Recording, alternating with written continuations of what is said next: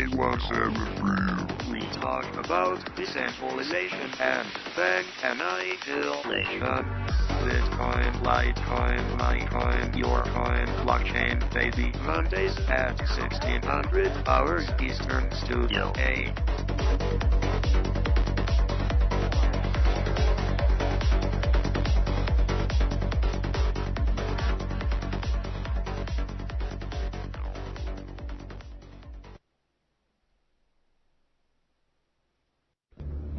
Deep understanding must arise during these times of unparalleled deceit. A view into the depths of society upon which this country has fallen, a storm brews upon the horizon. It's been said that those that have the eyes to see and the ears to hear will play a paramount role in the furthering of humanity and civilized society. But can civilized society and humanity survive the coming conflicts not seen since a dawn of time in ages bypast? But you can find true forms of information and knowledge in abundance at revolution.radio, freedomslips.com, the #1 listener-supported radio station on the globe. Stand upon the right side of history. You've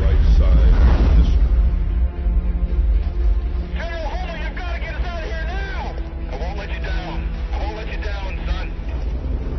Revolution. The opinions expressed on this radio station, its programs, and its website by the hosts, guests, and call-in listeners or chatters are solely the opinions of the original source who expressed them. They do not necessarily represent the opinions of Revolution Radio and freedomslips.com, its staff, or affiliates. You're listening to Revolution Radio, freedomslips.com, 100% listener-supported radio, and now we return you to your host.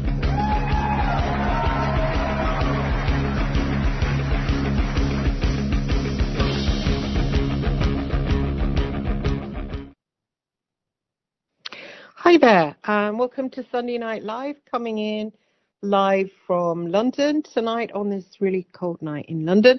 And I have a guest, a very special guest tonight, Sarah R. Adams. And I know most of you know her. I've seen her on Gaia TV, coming up regularly. She's a multidimensional life coach and super psychic. And I hope I've connected with her, and she's going to come in all the way over there in America. Are you there, Sarah? Yes, I'm here. Thank you for having me on your show, Christine. Oh, brilliant. You're there. Lovely clear sound, isn't it? Amazing. Yes. Technology for you. It's nice to be chatting with you again. I'm excited about this show. Yeah, exactly. Are you out in Sedona still, or are you back in California? I am currently in Sedona. Oh, excellent. That seems, I've been following your Facebook, and it just seems such an amazing little place, you know. I'm kind of trying to see it in my mind's eye. Is it a little bit like New Mexico, and there's like sand on the street and all that kind of thing, and everyone's wearing hippie clothes? And You know, yeah, everyone's wearing hippie clothes, and it's red dirt here, so it's desert Really? and beautiful. It's amazing. It's very, very root chakra, very intense, and it's a vortex. There's a lot of vortexes here. What does that mean, vortex? Excuse my ignorance. So vortex of energy, that's where there's energy channels. And a lot of people come here from around the world to meditate and pray and just tap into that energy. Oh, is that like a kind of a portal? Yes. There are also portals. They recharge you. They serve different purposes. Oh, right. Is there a lot of different portals there, or just one or two? There's a lot of different portals that I've accessed here in Sedona. So, you know, they're kind of spread out on the land, and I've actually accessed a portal at the Bradshaw Ranch that goes into a realm where there's these beings that are ant-looking ETs. Ant ETs, wow. Mm-hmm. So some of them can definitely shift you into another dimension where there's other beings. Right, I've heard of those insectoids. A lot of people are talking about those. Is it like the praying mantis, or are they other sorts of ET? So these are definitely more ant sort of ETs. I have encountered the praying mantises and or the mantoids, and I really love them. I have a deep connection with them. When I work on clients, or let's say I need to do something in my body, they'll often come and do it for me or help me, with my clients to work on them. So they're very, very loving beings. So I've actually interacted with them for a very, very long time, the mantoids. Really? Aren't they kind of spooky? The idea of that. I just find them a bit, a bit kind of strange. The idea of insects. Why do you think they're insectoid and not like, cats or something like that? Well, for me, I love all of creation, so I understand, that different beings took on different bodies for specific purposes. So yeah, I know they might seem spooky to some people or scary to some people, but they are definitely very benevolent beings. And they just chose that for that specific purpose, and they're hyper aware, and they are hyper able to connect to the energy field the way that their bodies are. So I feel that that's why too they chose those bodies. But we talk about ETs a lot, and I wanted just to specify that the spirits created different ET bodies that they go into and use to then interact with the 3D realm. So they take those bodies off often, just like you take off clothes or put on clothes. So sometimes I've had experiences where I go into a ship and there's an ET body, and I'll be out of this physical body I have here. I'll go into that ET body and then walk around the ship. So the spirits have created many different ET bodies that they then put on to, like I said, interact with the realms. What kind of spirits have done that then? Who's at the top, so to speak? So the top council would be the Council of Ancient Light. They were created when light first manifested, which there's no timeline on, and that's out of time. And then there's councils under them, that come to them. They usually always stay in the spirit realm. They usually never really, really take on bodies.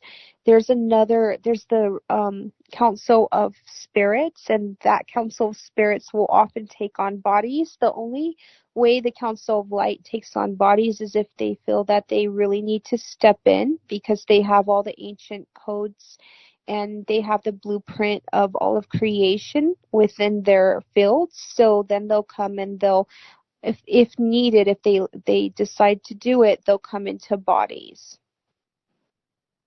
Oh, right. And where did humanity come from? Where did the human beast come from? Were they created by them? This Anunnaki story, is that true, that they came here and we were a slave race? So this is the thing. This is the thing. No. So I don't, I don't buy into those things because of what the ETs told me and what I remember. Everyone on this planet, they have had many past bodies and past lives, even off planet, even in other realms, and they were reincarnating over and over, and they were locked into the more dense realms of energy, the 3D world. So they forgot who they are. So the spirits who haven't forgotten who they are, that take on bodies, just like what we say humans are actually humans. Everyone on this planet, it's they're souls, and they're part of God's source energy. They're spirits, and originally they remembered that. They got caught in a loop down here and forgot that. So then the spirits who haven't forgot it, they've come to reawaken them to that sort of divine understanding, so that they can, not be locked down here anymore in the 3D realms of matter. Yeah, it feels pretty horrid to be locked down. Do you think that the realm of matter is somehow coming to an end, that we're going to maybe live in the astral in the future, all of us? No, I don't believe that. The physical 3D realms were actually created so that we could have experience. Because imagine if we're just in the realm of spirit, and we wouldn't have, sort of this playground, which is a beautiful place. The reason that we have so much suffered is because the spirits forgot who they were by being in bodies for such a long time. And because of this, they have really gathered a lot of dense energy. They've gathered a lot of dense karma. But the original plan was the 3D realms were just for beautiful experiences. It's almost like, bringing your child to a playground so that child can have those experiences. And so there will not be any end to the 3D realm. There's going to be some great shifts, definitely, but the greatest discovery of all is going to happen, that we are much more than the physical body. We are a soul, a spirit that inhabits this physical body. We've inhabited many others and shall inhabit many in our eternal. That's the greatest discovery that humanity will discover about themselves, that they are actually not humanity, that the human body is the latest creation, and they took it on and they got caught in this karmic loop in this physical body. But beyond that, they've traveled to many realms and many worlds. That makes sense, doesn't it? That we're not humanity, because we're just here for a really short time. Right, and that's not the end. And I think that the 3D realm is a place that really lost itself. And because of that, we have these souls in these bodies that don't understand how truly powerful they are. They don't understand, many, many things, including how the human body works. So they're caught in this loop. And I do feel that a lot of these souls in bodies will start to awaken more to who they truly are. And when they do, they're going to go ahead and completely heal themselves and shift this entire realm. So that's your life's work, isn't it? Do you help? That's what you do when a client comes to see you. Do you try and open their bodies up? Yes, so I get them to understand how their 3D physical body works, because, we have DNA, we have all these codes and imprints in us, we can speak to our organs, we have that ability, we can speak to our cells, we can speak to our entire being, we can understand why such things come up as fear. Fear is coming up because some part of you is overwhelmed or unhealthy, and your body's just trying to tell you that, your mind's trying to tell you that, your thoughts are trying to tell you that. So instead of seeing it as something negative, we can ask our body, our system, where does this fear come from? And then once we let our system connect and show us, we can clear that fear. So I really, really work on multidimensional embodiment, which is something really important for the world right now, because we have people walking around out there, the human body is walking around, and there's maybe 15-20%, if that, of their soul energy running through their body, and they're suffering and they're lost. And if they completely embodied themselves and understood how their divine technology, the body, works, that would not be happening. I think it's because when they come here, they have so much trauma. There's a lot of bad parenting, isn't there? And a lot of horror to see. And, if they escape that, then they go to the schoolyard and get bullied. It's quite hard, this place. Society is set up to disconnect you, even when you're in your mother's womb, to disconnect you from God's source, which is an energy that flows through everything, and make you robotic and make you another slave in society.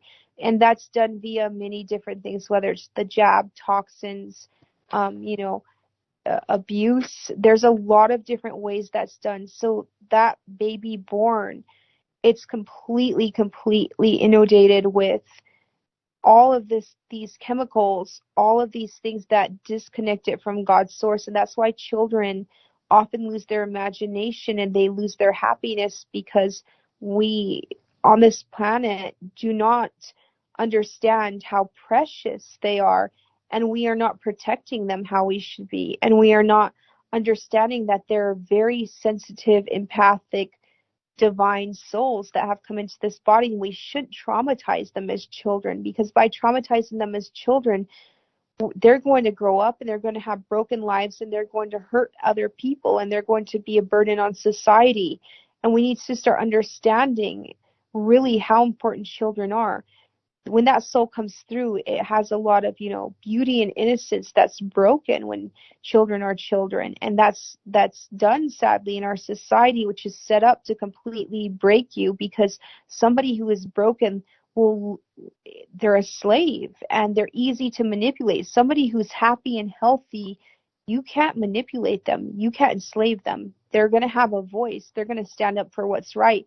They're going to go ahead and be a powerhouse in society. So of course they're breaking children. They're breaking them because they want broken adults that can't do nothing but suffer and, you know, be another sheep in society. Mm. Who is doing that? What beings are doing that? If there's no humanity, is it a kind of a dark ET that's doing that? So ETs aren't the problem here. What's the problem is more that humanity doesn't understand how its system works. It doesn't understand how to clear dense energies and transmute them. It doesn't understand, you know, that it should put healthy food in its body. It should detox its body, because the bodies, you know, are important. Because if we have an unhealthy body, we're disembodied. When we have a healthy, happy body, we're embodied. And it goes more back to a previous creation where a portal was opened on Mars, and this force that had lost its light, just like humanity's lost a lot of its light, came through. And it's vampiric, but we, being God's source, having the power of God, once we understand that within us, we can completely clear that force off of the planet. And this force is it's scared of the light, and because of that, it's trying to keep us disembodied, when actually in the end it will be the divine light of God that completely heals everything completely. And you know, a lot of times darkness, because it's been in the dark so long, is scared of the beautiful frequency of love, and it's really scared of it, when that's actually the solution. So no, not the ETs. Some of the ET races did tell me they were having a bit of a problem with this force that's trying to overcome them. And it's just like I said, a previous creation that lost its light. But in the end, you know, everything returns to the divine. And I don't have any worries about that. I see, you know, people waking up more and more, and I understand that everything's in divine time, and that everything's going to be okay in the end, because, well, we're God, so nothing can really overcome us or harm us, and pain and all of the things that we went through on this planet or go through is simply an illusion in the end that's trying to keep us from that great realization that we're God, and nothing is more powerful. Nothing, no dark force will ever overcome or truly hurt God. So what do you do when a person comes to you? Do they come in person or over Skype or something like that? So, you know, I do a lot of work over Skype, over the phone. I also do a lot of work.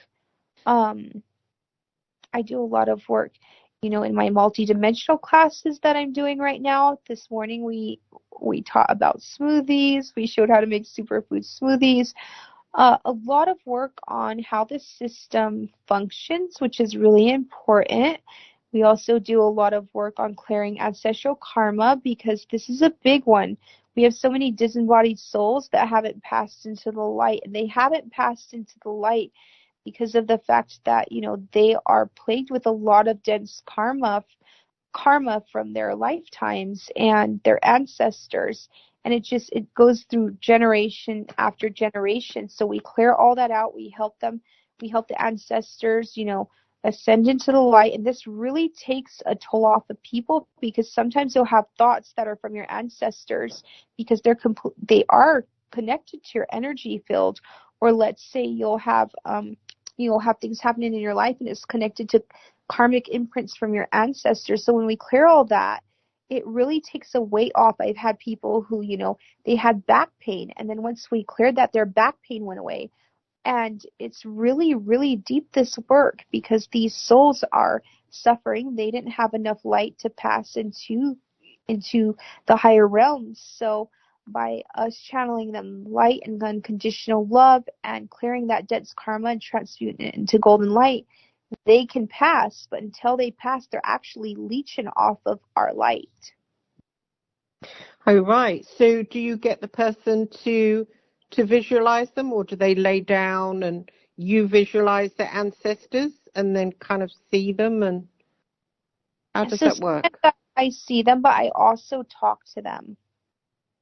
And I talk to them, and they literally will, sometimes I'll just ask the angels to help transmute their pain, because a lot of our ancestors have been through wars. They've been through a lot, so they're really in pain.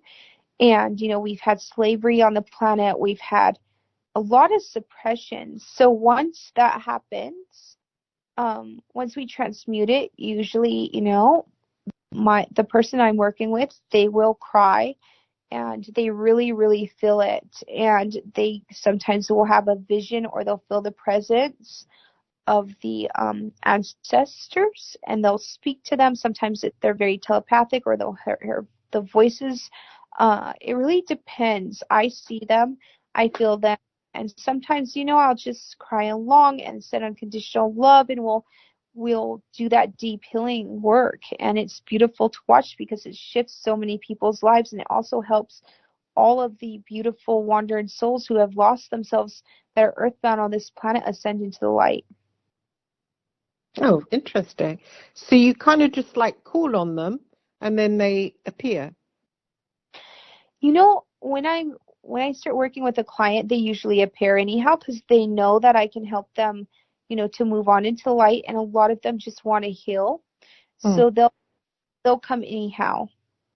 So they just appear and they'll start talking to me. Or let's say, even if I haven't done that and I'm working on a client, I'll hear them and they'll start talking to me, giving me visions and showing me what they went through, and then asking me to, help transmute the karma, and ask the angels to help transmute the karma so they can ascend into the light.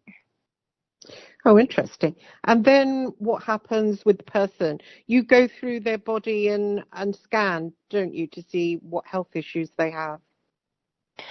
Yes, I do. So I speak to their organs, their cells, which always relay back to me messages, and then we work on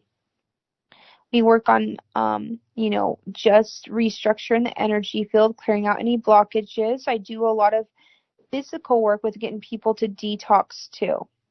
So that's really, really important. And there's a lot of levels to this, and I really love doing this work because it actually really delivers. Mm-hmm. And what advice would you give to people at home if they wanted to? I mean, detoxing is quite difficult. You have to get into taking loads of stuff, don't you? Is there a sort of a baby beginner's way of starting it off? Yeah, there is. So, I'm really into gut healing. So a lot of people have unhealed leaky guts. So it's really important to learn how to heal your leaky gut. And it's really important to learn, how to actually cook and be healthy. So that's the first start, start to go ahead and just really, really do your research on leaky gut, candida, those things, heavy metals, and start detoxing while having either a paleo or keto diet to help heal your gut system. And then, get some exercise, do some yoga, or if you can't do that, just go for a walk every day, out in nature. Start to really build up doing positive things in your life, because that's really going to completely shift it. Yeah, a lot of people are taking antidepressants, aren't they? Especially in America, there's so many people are on those antidepressants. They're really bad, aren't they? Yes, and what antidepressants do is they numb out your emotions when actually there is sacred messages in your emotions. And these sacred messages are telling you, like I said, where the problem is with your body, or where the problem is in your emotional, energetic field. But nobody's listening to that. They think emotions like being depressed are bad. Depression is just saying red alert. Something's wrong here. We need to go fix this. They're trying to tell you these sacred divine messages, but people are confusing this and think that they just have to, basically push them away, when actually they're the key to our healing. They're the key to us manifesting a better, healthier, happier life. Mm-hmm. And what do you think about, I was reading a post you wrote the other day about pedophiles and, these older men going for younger women, and, oh gosh, what was it? Something about they steal the soul energy. Could you just explain that, about how they do that? So a lot of people in society are feeding off of each other. And I know this is going to sound really triggering and drastic to a lot of people, but it's the truth. A lot of people out there, they're eating dead food. They have toxins which are lower frequency. They've lost a lot of their soul energy, either in trauma, in emotional pain, in breakups, in bad family situations. And so they become depleted. And for you to actually function every day, you need energy. Now, people aren't aware of this, but they are seeking out, because they've been so depleted in their energy vampire, they are seeking out energy from others.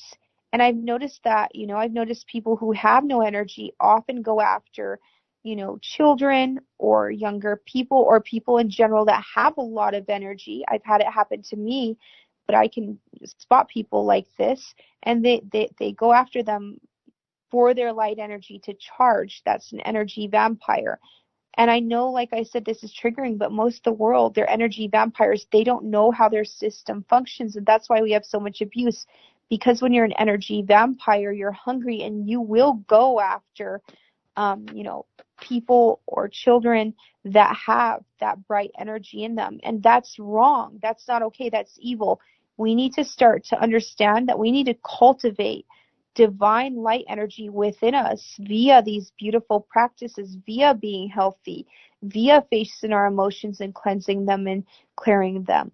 We have the ability to do that. It's time to spiritually mature. It's time to spiritually become responsible in our lives and stop, being predators out there, because so many people are predators. They don't even know they are, but they are seeking out that energy that they have lost from others. How do they actually do it? How do they suck it out? Do they do it by, say, a child, for instance, you have maybe an abusive mother or abusive father? Do they put the other person down, then the other person feels really sad, and then they kind of suck it into them somehow? How does it actually work? You just explained it. That's what they do. So, people that just say unkind things to you, or try to belittle you, or are always negative, they are energy vampires. Oh, I see. And when do they do the sucking in bit? How do they kind of?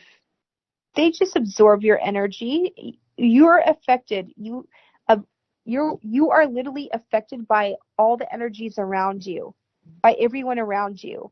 So somebody who's depleted, kind of understand they're a black hole that sucks in you, who has light energy, into that black hole. So we have people walking around that are awakened, that have achieved God consciousness, They're portals of light. And those who are vampires are portals of darkness. They're actually black holes. And you become a black hole when your body's toxic, when your thoughts are toxic, when your life is toxic, when you're completely toxic on many levels. That's when you become a black hole. I see. And they do it kind of like an osmosis. It's just literally absorbing. Is it absorbing through the skin or through the mind? No, it's an energetic thing. So they absorb it. Like I said, it's almost like a black hole. You know how black holes eat up stars? It's kind of like that. Wow, that's horrible, isn't it? So it's happening like in the etheric bodies and all the different bodies. So we can't Yeah. really see it. So it's not really happening with our physical bodies, it's happening on the other invisible bodies. It's happening, yes, in the invisible energetic bodies, but is it affecting your physical body? It is. And a person who's been, fed on energetically, eventually that will age their body, that will cause them to be sick, that will cause them to be depressed and have many different issues. That's so scary, isn't it? And just worrying. Do you think there's people that are predisposed to being fed on? That's Probably. a good question. Yeah, I do think that yes. I noticed that a lot of parents that are unhealed in energy vampires feed on their children. It's a very sad thing, but it happens. Um, I I really have seen it happen. I've experienced it myself. Oftentimes parents are toxic, unhealthy, and they will feed on their children, and this is something that needs to stop on this planet. Mm. And then sometimes I've noticed when you go out with certain people and then you come back and sometimes you feel like really tired and you find yourself eating loads of sugar or sweets and just to feel better. Is that because they've been draining off you? I suppose it is, isn't it? It is, yes. That's because they've drained you. And me in my life, if I feel that from a person, I literally cut them out of my life. I tell them you need to heal and I can't be around you until you heal. You're not allowed to be in my life because I'm sacred and divine and I will not allow myself to be fed upon. Mm. So it's not something that happens every once in a while. It happens to us every day when we go out in the world. It can happen all the time. Yes, it does. It happens all the time to people every single day. And they're just not aware of it. But you've had that feeling probably where you got around somebody and you felt angry and unwell and sick or depressed after. That's because that person drained you of life force, of light energy, because whenever you're full of light energy you're just happy and healthy and well. Mm. I've noticed sometimes waking up feeling like rubbish. What does one do if one wakes up? Because obviously you've not been out, with anybody else, but just waking up, there you are by yourself feeling rubbish. How has that happened? At night everything comes up, from our physical life. Every energy that's in our system comes up, and that usually happens because we have too many dense energies and also toxins in our system, and our system's trying to alert us of that we need to do some deep level, spiritual work. And that's why if you wake up feeling bad, you really need to do that sacred work and shift out of that. But that's a red alert that something is wrong energetically or physically with you. Oh, I see. And that's when you have to scan your emotions to see what's going on, whether it's fear or... Yes, if it, we have many layers. If it's trauma from a past life, or if it's something, a link somebody who is a vampire, energy vampire, put into you, it really depends. Or does your body need better food and more nutrients? That really all depends. Oh, so you're saying, oh, it's even more of a horror show. They can put, as well as that, when you go home after you've been out with one of them, there you are eating your sugar to feel better. You're saying that they can put a link into you somehow. How do they do that? I've worked with people who had links from partners that they were with 20 years ago. That link stayed in them the whole time, leeching energy from them. And as soon as we removed it, they saw the image of that person, a vision. They'd feel it, and it completely affected them, and they felt lighter after we removed that link. And how does that, is that go into one of the chakras, like a kind of a hook, or is it like a hose? It's kind of like a hose with a hook at the end, like that. And it can go into any place in your body. Specifically, I notice with women, it goes into the womb area, and then the links try to work their way up through the higher parts of the body. But I've seen people who've had links on, in their auras, not even their physical body, was where they were being drained of auric energy. I've seen people have links in their feet, so their head. It really is wherever the energy vampire can connect, it will connect. Oh, right. So these energy vampires, they must have like special powers. The people who are energy vampires aren't even aware of it physically, but somebody who is spiritually advanced can see that they're an energy vampire, but a lot of them aren't even, they're not even aware of it, but they will be doing things like, blowing up on others or triggering them purposely to get a feed. And that's where somebody like me, who's really done some in-depth work, we can see what's truly going on. And I often have people come to me and I'm like, you do realize you're an energy vampire. And, we build up their energy, and then that switches them back so they're no longer energy vampires, but they're portals of light. Right. And the links that they put out, they've been doing that unconsciously all their lives, putting these links out, these little hoses out to people around them. Yeah, they're doing it unconsciously. Like, that's the thing. I understand. I don't hold it against people. I understand they've just really got lost, and that's why they're doing this. But I'm also very, very aware not to let people connect into my energy field and leech my light energy. And I really feel this is going to be a big discovery for humanity. They don't even know they're energy vampires. They don't know that they're souls in this physical body. They're almost like children right now who are very lost in the world. So energy vampires can heal themselves. It's not the end of the world, and everyone's been depleted at one point or another, and I know that because I was completely depleted of all of my energy at a certain point in my life, and I just rebuilt it. So we all have that creator divine power to rebuild ourselves and switch our realities. And as for me, I'd prefer to be an energy light to the world. And I feel everybody deep down wants that. They just don't know how to take the steps to feel better and get there. When you start to actually feel good, that's when you start to heal being an energy vampire, and you're no longer it eventually. People who don't feel good, as in like they're sad, they're depressed, usually are always energy vampires, because you can only be depressed or sad when your energy is very low and you don't have any energy. When you're high energy, you're always going to be happy, excited, and healthy. So interesting. Is that what serial killers do you think, when they go around? Yes, completely. They're feeding on the soul energy of the target.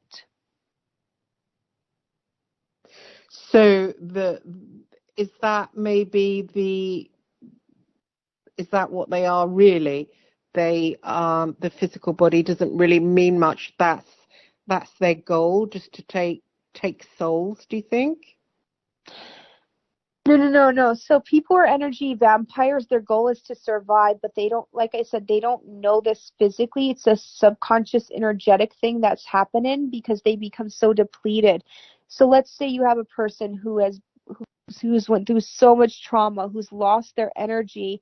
they will seek out to be around people and absorb light energy from those people because they've lost that. Some part of them knows that they would not survive without energy, so they seek it out.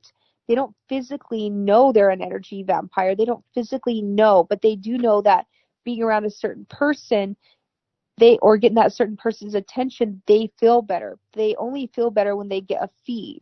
So a lot of society doesn't even know why they're on this planet, how they got on this planet, what's happening on this planet, what this body is. So people who are energy vampires often don't even know they're energy vampires. They've just went through a lot of trauma, so they were depleted in energy, so their system needs energy, so it's going to go to wherever it feels that there is energy to absorb that energy. Whereas in ancient times, we would always charge ourselves with energy via practices like bringing in the golden light or rainbow light, and that would heal us and keep us in higher energies so that we weren't energy vampires. But we've lost those ancient divine practices, and that's why the world is plagued with energy vampires right now. Sounds really awful, especially if they can hook somebody, and can they just suck in their energy whenever they feel like it then? Pretty much. We have an ancient system where everybody and everything is connected, and that system used to be used to send each other light energy. Now I notice that system's being used. It's kind of like these wires or cords that connect everyone. That system's now being used to leech energy. I've noticed that. But like, again, I know it sounds scary, but we are divine beings who have power over all of this in the end once we ascend into higher consciousness. So for me, it's not scary at all. It's just like, okay, I'm here on this planet. There's a lot of people who are spiritually sick. They need to heal to be okay. And they're suffering because they don't even know, but they are spiritually sick. And when I say spiritually sick, that means depleted in energy. Once that's restored to them, they become back the beautiful beings. Think about it this way. Whenever they lost that energy, because every time you're sad, you lose energy. Every time you go through trauma, you lose energy. Every time you go through a breakup, every time somebody dies around you that you love, even the news, everything makes you lose energy. That makes you lose energy in this manner. You eventually become depleted. And once you eventually become depleted, you are completely an energy vampire. And so the thing is like, we need to return to these ancient practices and build ourselves up. But they're just spiritually sick. I see them as that. I'm not scared. I'm like, okay, I understand you're suffering and hurting. Now, how can we bring in these techniques, bring in this divine knowledge to help you not have to feed on others? How can we do this? And I actually have compassion on them. That's a terrible way to live. They're suffering all the time. They're always emotionally in turmoil. Their bodies are unwell. They're unwell, so they're suffering all the time. And I really, really know not to hold that against them and just always be in that divine space of unconditional love of like, okay, I hope they heal, because that's a terrible place to be, and they deserve healing and they deserve to be healthy and happy. So what do you do if you wake up first thing in the morning and feel that depletion? What do you advise people to do straight away? I generally keep myself in high energies, and so I don't wake up feeling that depletion. I wake up feeling, pretty happy usually. Some days if I'm doing work, or let's say with the hive consciousness, which is a huge part of this, I will feel like, okay, a bit lower energy, but then I'll just visualize bringing in the golden light, the rainbow light. With clients, I do the same thing. We do a lot of visualization meditation. I like doing visualization meditation because it's telling the system what to do, whereas if you just meditate, it's kind of like an artist having a blank canvas, whereas if you do visualization meditation, it's the paint on that canvas. So I love visualization meditation and just directing my system on how to clear out any dense energies and how to bring in the higher energies. I actually do a group where we go through these levels and we completely clear and regenerate our systems and fill our systems with, energy, light energy. And then we also do detoxing and things like that. So I'm running this group right now just to teach people these things, because also energy is important. We can shift timelines with energy. We can heal the planet with energy. And if enough of us become, portals of light, we can completely use that to heal the planet, which is important to me. Yeah, excellent. So can people jump on your, are they open all the time? What are they? So people can check in with you every day? So I do have a group where people can post in the group. I answer the questions. We have 4 Zoom calls a month, and they're live, and we speak about, all these different things, and then people are able to ask me questions. They do the exercises over Zoom. It's amazing. People said that they feel high, literally, like they're high after the class. Awesome. And what kind of things do you advise people to take in the way of these? Because I know you told me before about that milk thistle and those things that you put in teas. I mean, did they really help, all those? Because I did go and buy them, but then I sort of, you leave them there. They look good on the shelf. They're not going to help if you leave them there. I know. I bought them. You need to take them. I know. You need to take. Do they work, all those things? Oh yeah, they work. They're amazing. I just winded up doing a class this morning in my multidimensional group about smoothies, and we were using dandelion tincture and a lot of beautiful superfoods.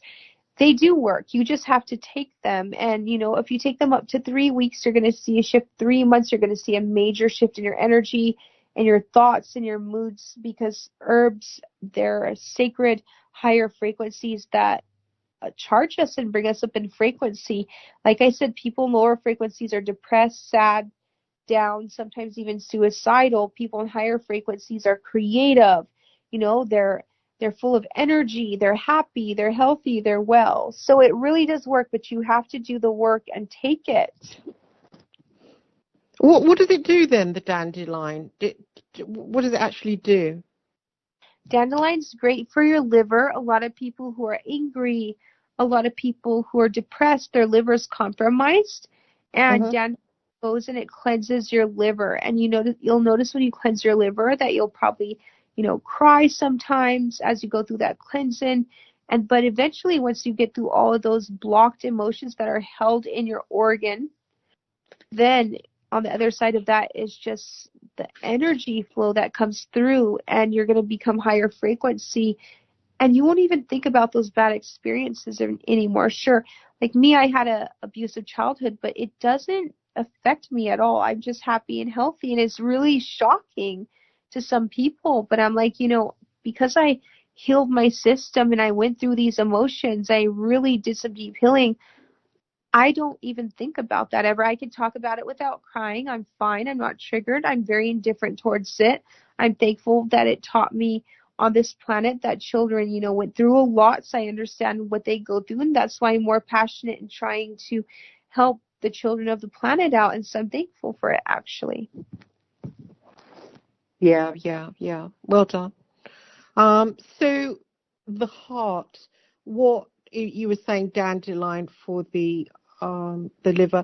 What little tincture do you take for the heart to clear out that? Hawthorn. Who? Hawthorn. Oh, really? Haw. Yes, that's so good for your heart. Or rose tea. Just get some rose petals and make rose tea. Those 2 things I really would do for the heart. Oh, right. Hawthorn, what is that? Is that like a berry or a... Hawthorn, I think it is a berry if I remember right. Don't quote me on that. I do think that it is a berry, but hawthorn's amazing. I've used it since I was younger for my heart. It's very heart healing. And also rose. The rose, it's just a divine frequency that really opens your heart and soothes it and brings in a lot of compassion and unconditional love. We can't get all that. I noticed one time you were saying about rose powder, pink powder, Ayurvedic powder, but we can't get that here. Is that just in America?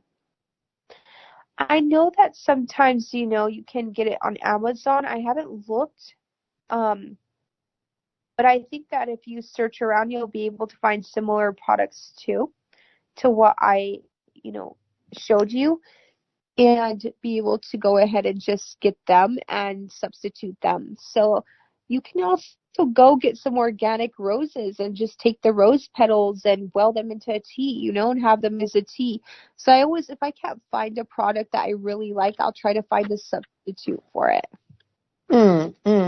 So I've noticed as well, like in Whole Foods, they've got all those little tincture stuff. Is it a good idea to go and just buy a load of them, or start taking them, or what?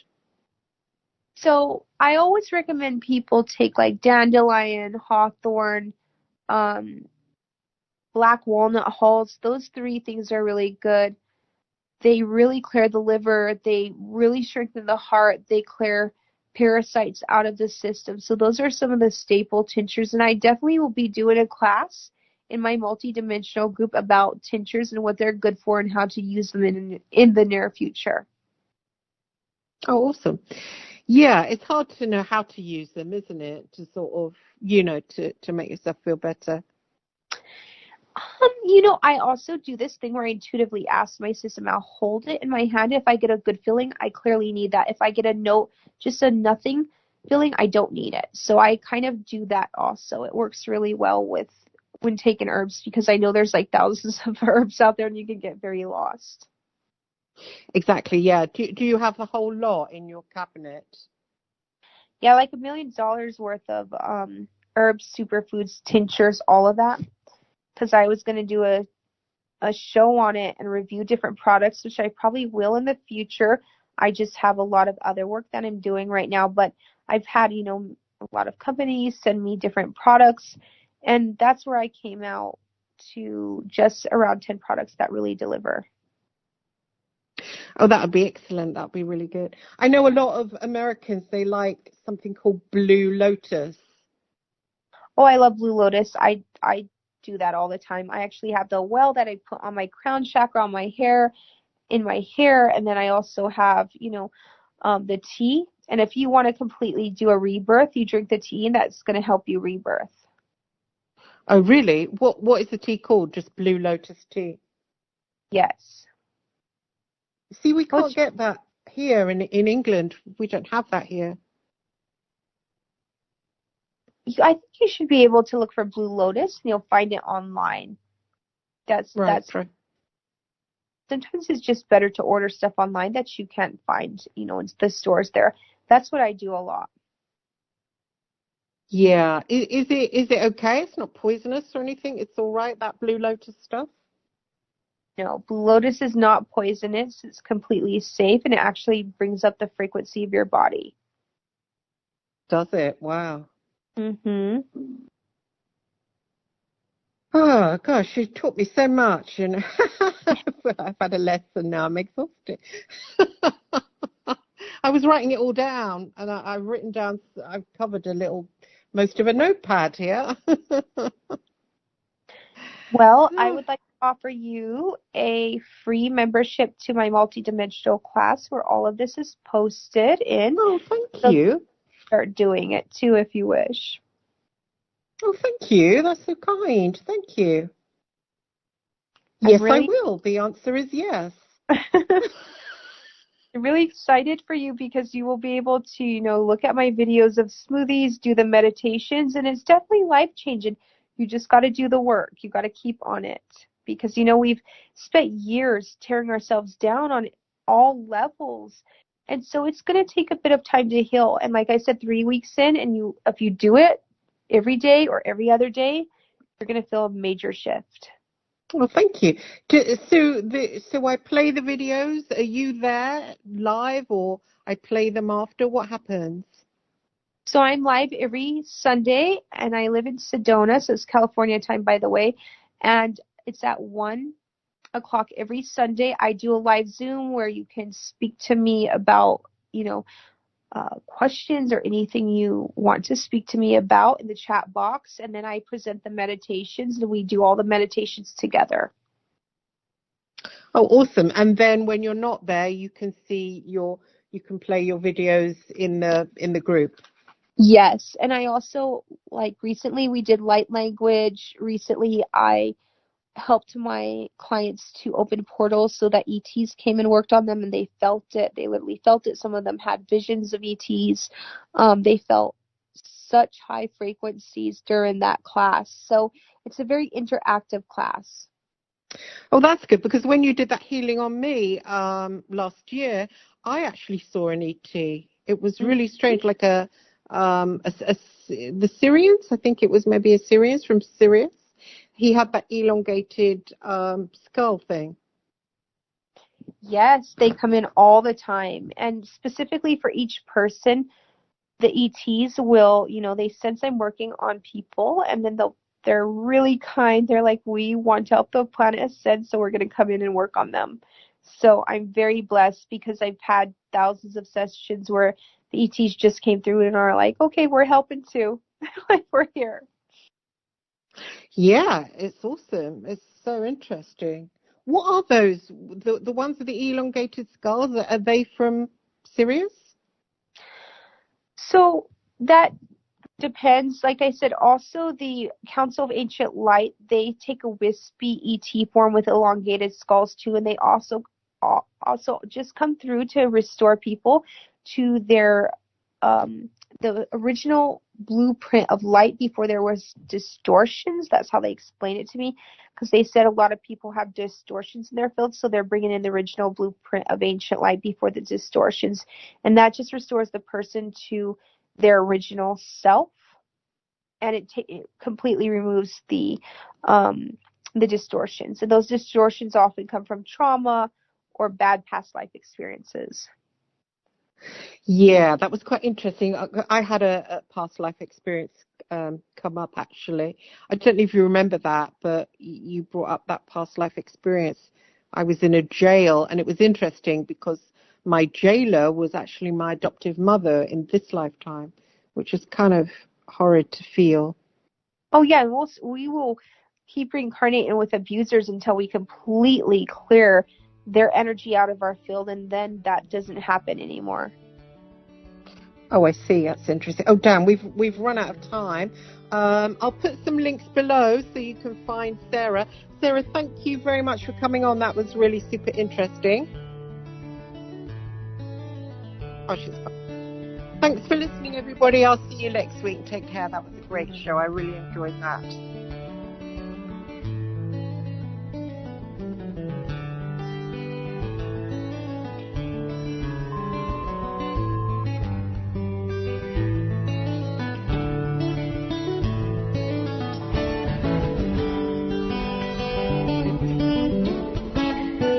Listen to Revolution Radio at freedomslips.com, and we'll be right back after this message.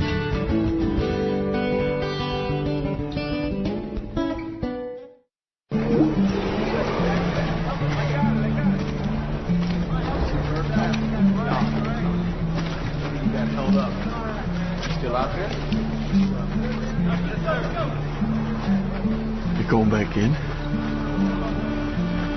There's still men out there. God damn.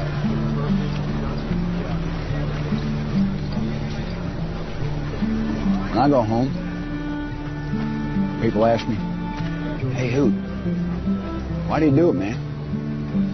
Why? Some kind of war junkie? I won't say a goddamn word. Why? They won't understand. They won't understand why we do it. They won't understand it's about the men next to you. And that's it. That's all it is. Revolution Radio, freedomslips.com, #1 listener-supported radio, the printing press for freedom at a time when freedom is needed the most.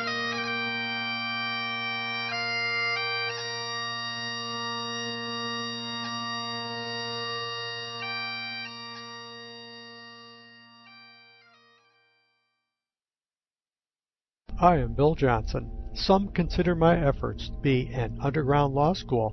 I am not an attorney, and I do not give legal advice. I teach. That's lawful and legal. Consider yourself served.